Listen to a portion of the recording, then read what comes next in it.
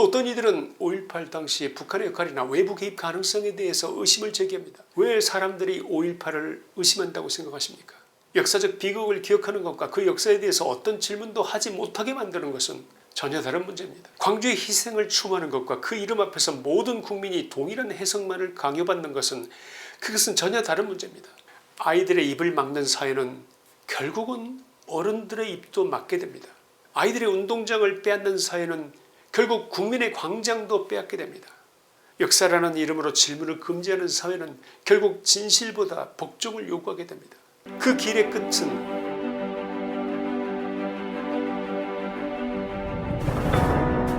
지난 6월 29일 서울 목동구장에서는 제81회 청룡기 고교 야구 선수권 대회 1회전 배제과 광주 제1고의 경기가 열리고 있었습니다.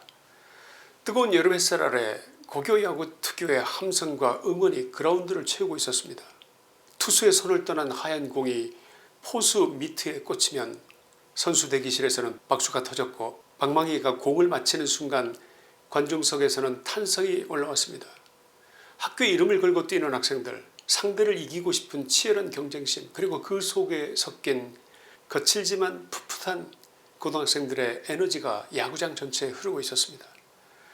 그런데 그 경기 중 배제고 야구부 일부 선수들이 선수 대기석에서 상대팀인 광주 제1고를 향해서 스타벅스 가야지 탱크데이라는 구호를 외쳤습니다. 이 구호는 곧바로 논란이 됐습니다. 지난 5월 스타벅스 코리아의 이른바 탱크데이 행사 논란과 연결되면서 5.18 광주 민주화운동을 조롱한 것 아니냐는 비판이 쏟아졌습니다. 광주 제1고가 광주를 대표하는 학교라는 점에서 이 구호는 단순한 응원 구호가 아니라 지역을 비하하는, 역사를 조롱하는, 5.18을 폄훼하는 것으로 해석됐습니다. 물론 5.18은 대한민국 현대사의 큰 비극이고 그 상처를 가볍게 다루는 표현은 비판받을 수 있습니다. 광주의 아픔을 제대로 알지 못한 채 상대 학교를 조롱하는 소재로 삼았다면 그것은 교육적으로 바로잡아야 할 일입니다. 학생들은 자신들의 말이 누군가에게 어떤 상처가 될 수 있는지 그것도 배워야 하고 필요하다면 사과도 해야 할 것입니다. 그러나 문제는 그 다음입니다. 대한야구소프트볼협회는 배제고 야구부에 전국대회 6개월 출전 정지라는 중징계를 내렸고 배제고는 바로 다음 경기에서 몰수패 처리됐습니다. 이것은 사실상 경고가 아니었습니다. 고등학교 야구 선수들에게 한 시즌의 길을 사실상 막아버리는 징계였습니다. 특히 3학년 선수들에게는 대학 진학, 프로 지명, 진로 선택에 직접적인 타격을 줄 수 있는 그런 결정이었습니다. 물론 형식상 징계의 주체는 대한야구소프트볼협회입니다. 그러나 5.18이라는 정치적 성역 앞에서 협회와 정치권과 여론이 한 방향으로 움직이고 그 결과 학생들의 출전 기회가 박탈됐다면 그것은 단순한 스포츠 징계를 넘어 정치 권력이 학생들의 입을 막은 사건으로 보아야 할 것입니다. 단지 몇 초의 구호가 있었습니다. 그것이 부적절했다면 교육하면 됩니다. 사과시키면 됩니다. 왜 그런 표현이 상처가 되는지 가르치면 됩니다. 그런데 왜 야구부 전체의 출전 정지와 몰수패, 이건 너무하지 않습니까? 게다가 왜 선수 대기석에 있던 일부 학생들의 잘못이 운동부 전체의 진로를 막는 징계로 이어져야 하는지 선뜻 이해가 가지 않습니다. 제가 몰라서 드리는 질문인데 여러분이 대답해 주십시오. 혹시 이게 원래 정상적인 징계인 게 맞습니까? 아무리 생각해도 이것은 자라나는 아이들에 대한 교육적인 게 아닌 것 같아서 그래서 드리는 말씀입니다. 이것은 훈육이 아니고 응징이고 시범 케이스로 본보기를 보이는 행위 같아서 말입니다. 자라나는 학생들, 아직 모든 면에서 미성숙한 아이들을 사회적 분노의 재단 위에 올려놓는 이 같은 방식이 과연 옳은 것입니까? 여러분은 어떻게 생각하십니까? 자라나는 학생들에게 필요한 것은 낙인이 아니라 설명 아니겠습니까? 필요한 것은 몰수가 아니라 교육 아닐까요? 필요한 것은 출전 정지가 아니라 공개 처형식 여론몰이가 아니라 상대의 아픔에 대해서 공감하도록 역사와 자유의 의미를 함께 가르치는 일이 더 중요하지 않을까요? 그런데 지금 대한민국은 학생들의 입을 막고 아직 미성년자인 학생들을 향해 사회 전체가 손가락질하고 있고 그 모든 일을 5.18을 지킨다는 이름으로 정당화하고 있는 것인데 여기서 우리는 더 본질적인 질문을 해야 할 것 같습니다. 5.18을 존중하는 것과 5.18을 성역화하는 것은 전혀 다른 문제입니다. 역사적 비극을 기억하는 것과 그 역사에 대해서 어떤 질문도 하지 못하게 만드는 것은 전혀 다른 문제입니다. 광주의 희생을 추모하는 것과 그 이름 앞에서 모든 국민이 동일한 해석만을 강요받는 것은 그것은 전혀 다른 문제입니다. 역사적 사건은 존중받아야 하지만 자유민주주의 국가에서 어떤 역사도 질문과 토론의 대상 밖으로 밀려나서는 안 되는 것입니다. 제가 틀린 말 했습니까? 이병태 대통령 직속 규제합리화위원회 부위원장은 이번 사태를 두고 5.18이 성역이 됐다고 했습니다. 그는 고등학교 야구 라이벌전에서 나온 학생들의 장난에 가까운 일탈을 처리하는 우리 사회의 모습이 무엇이냐고 물었고, 김일성 사진이 나온 신문이 피해 젖는 것을 보고 울부짖는 북한 학생들의 모습이 떠오른다고 했습니다. 북한에서는 김일성 사진을 훼손하면 그것은 단순한 종이훼손이 아닙니다. 체제에 대한 불경이고 우상에 대한 모독입니다. 김일성은 질문의 대상도 비판의 대상도 토론의 대상도 아니기 때문입니다. 그렇다면 대한민국에서 5.18이 점점 북한과 같은 방식으로 다뤄지고 있는 것이 아닌지 물어야 합니다. 5.18 유공자 명단 하나 제대로 공개하지 못하면서 5.18에 대해 조금이라도 다른 표현이 나오면 곧바로 폄훼라고 합니다. 5.18의 역사적 쟁점에 대해 질문하면 왜곡이라고 합니다. 의문을 제기하면 처벌부터 말합니다. 진실은 성역이 필요 없습니다. 진실은 공개를 두려워하지도 않습니다. 진실은 어떤 질문이라도 견디고 수많은 공개 토론을 통과하며 그 어떤 자료 앞에서도 흔들리지 않는 법입니다. 그러나 반대로 성역은 질문을 두려워하고 공개를 꺼리며 비판자를 처벌하려고 합니다. 이번 사건은 단순히 배재구 학생 몇몇의 문제가 아닙니다. 왜 사람들이 5.18을 의심한다고 생각하십니까? 그것은 5.18에 대한 국민적 공감대가 충분히 형성되지 않았다는 방증이라고 저는 생각합니다. 어떤 국민들은 5.18을 민주화운동으로 기억합니다.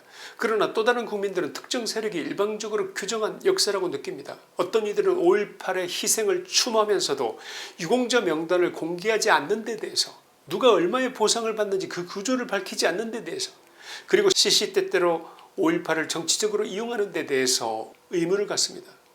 또 어떤 이들은 5.18 당시 북한의 역할이나 외부 개입 가능성에 대해서 의심을 제기합니다. 그 의심이 옳으냐 그르냐를 떠나 중요한 것은 그런 의심을 가진 국민이 실제로 존재한다는 사실입니다. 여러분, 그렇다면 자유민주주의 국가가 해야 할 일은 입을 막는 것이 아니라 설명하는 것입니다. 처벌하는 것이 아니라 자료를 공개하는 것입니다. 낙인 찍는 것이 아니라 토론을 여는 것입니다. 의혹을 가진 국민을 적으로 모을 것이 아니라 공개와 검증을 통해 설득해야 하는 것입니다. 그런데 대한민국은 지금 반대로 가고 있지 않습니까? 설명 대신 처벌, 공개 대신 금기, 토론 대신 낙인, 교육 대신 응징으로 가고 있지 않습니까? 이것이야말로 자유민주주의가 가장 경계해야 할 위험한 모습 아니겠습니까? 미국은 학생 표현의 자유 문제를 오래전에 고민했습니다. 1969년 미국 연방대법원은 한 판결에서 학생이 학교 정문을 들어서는 순간 헌법상 표현의 자유를 잃는 것이 아니라고 선언했습니다.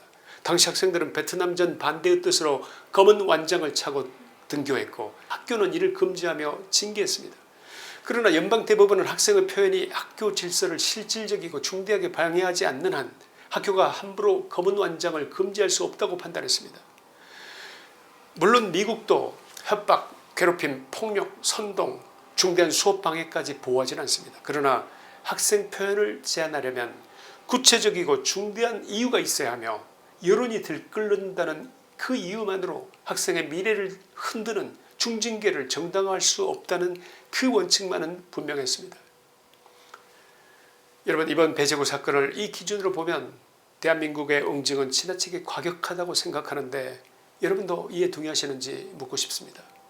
몇몇 학생의 구호가 논란이 되자 야구부 전체가 출전 정지를 당했고 학교는 사회적 비난의 대상이 됐으며 선수들의 미래는 먹구름에 휩싸였습니다. 이것은 교육의 언어도 자유민주주의 언어도 아닙니다. 이것은 집단 광기의 언어이고 5.18이라는 성역을 지키기 위해 아이들을 희생제물로 바치는 원시시대의 언어입니다. 저는 이 장면에서 중국 문화대혁명 당시의 홍위병을 떠올리지 않을 수 없습니다. 그 시대에는 말 한마디가 공개 비판의 대상이 되었고 인생 전체를 무너뜨리는 낙인이 됐습니다. 지금 대한민국도 다른 생각을 사회적으로 매장하려는 분위기, 역사 문제를 토론의 대상이 아니라 복종의 대상으로 만드는 분위기, 어린 학생의 실수까지 정치적 사건으로 증폭시켜 사회 전체가 응징하는 분위기를 만들고 있다고 보입니다. 이것은 적어도 우리가 알고 있는 자유 대한민국의 모습은 아니지 않습니까? 민주주의는 성역을 만들지 않기 위해 존재합니다. 대통령도 정당도 이념도 역사도 비판과 토론의 대상이 될 수 있어야 합니다. 그래야 국민이 주인이고, 그래야 역사가 살아있으며, 그래야 진실이 국가의 명령이 아니라 국민의 확신이 되는 것입니다. 그러나 지금 대한민국에서는 5.18이라는 이름 앞에 너무 많은 말들이 금지되고 있습니다. 묻지 마라, 따지지도 마라, 의심하지 말라, 다르게 말하지 말라, 이렇게 말하면 처벌한다, 이런 분위기가 만들어지고 있습니다. 이것이 과연 민주주의 언어입니까? 이것이 과연 아이들에게 가르칠 시민교육입니까? 아이들은 실수할 수 있습니다. 미성숙할 수 있습니다. 잘못 배울 수 있고 상대를 이기고 싶은 마음에 선을 넘을 수도 있습니다. 그렇다고 해서 그들을 가르치지 않고 단 한 번의 실수에 그들의 꿈을 무너뜨리다니요, 그들의 운동장을 빼앗아버리다니요, 그들의 진로를 정치적 분노의 제물로 삼다니요. 이게 어떻게 어른의 모습이 그럴 수 있는 것입니까? 설마 자식도 안 키워보신 것은 아니실 텐데 말입니다. 결론입니다.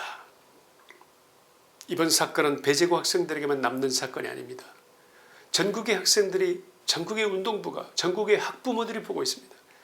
그리고 아마 많은 국민들도 지켜보고 있을 것입니다. 대한민국이라는 나라가 아직 어린 학생들의 실수를 어떻게 다루는지, 역사라는 이름 앞에서 자유를 어디까지 허용하는지, 권력과 여론이 한 방향으로 움직일 때 한 개인의 미래가 얼마나 쉽게 흔들릴 수 있는지를 말입니다.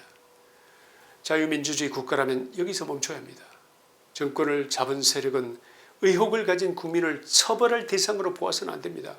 질문하는 국민을 적으로 몰아서도 안됩니다. 아이들의 입을 막는 사회는 결국은 어른들의 입도 막게 됩니다. 아이들의 운동장을 빼앗는 사회는 결국 국민의 광장도 빼앗게 됩니다. 역사라는 이름으로 질문을 금지하는 사회는 결국 진실보다 복종을 요구하게 됩니다. 그 길의 끝은 자유민주주의가 아닙니다. 그것은 성역을 지키기 위해 사람을 침묵시키는 사회, 다른 생각을 처벌하는 사회, 홍위배 형식 집단 응징이 정의의 얼굴을 하고 나타나는 그런 사회입니다. 김치환의 시사이다였습니다. 감사합니다.